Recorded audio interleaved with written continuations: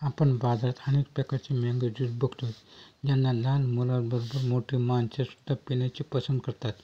उन्हाळ्यात mango juice जास्त प्रमाणात चालते, परंतु आपणास माहीत आहे का ह्याला कसे बनवले जाते? आपण व्हिडिओमध्ये बघा मँगो ज्यूस कसे बनवले जात आहे. आपली नजर त्यावरून हटणार नाही व आपल्याला बरेच काही समजून येईल, कारण याच्या बनवण्याची पद्धत फार खराब आहे.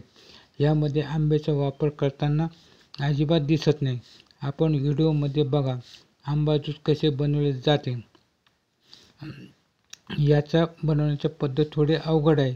आपणास वाटत असेल की बाजारात मिळणारे आंबा ज्यूसमध्ये आंबे भरपूर प्रमाणात टाकत असते. आपण व्हिडिओमध्ये पाहिले तर आपणास समजेल की आंबा ज्यूस कसे बनवले जाते.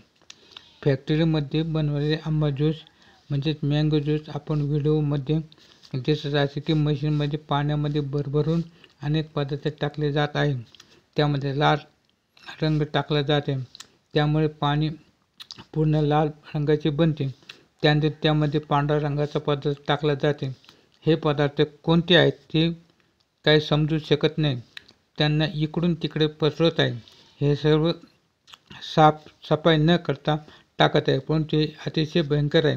यामध्ये आंब्याचा मागमूस दिसत नाही, परंतु आंब्याचा स्वादानुसार त्याला वेगवेगळे बनवले जात आहे. त्यानंतर पॅकेजिंग मशीनमध्ये ज्यूसला पॅक करण्याकरता टाकले जाते. त्यानंतर एका डब्यात टाकून पॅक केले जात आहे. आपण जर ही प्रोसेस पाहिली तर आपण मँगो ज्यूस कोणत्याही ज्यूस कधीच पिणार नाहीत.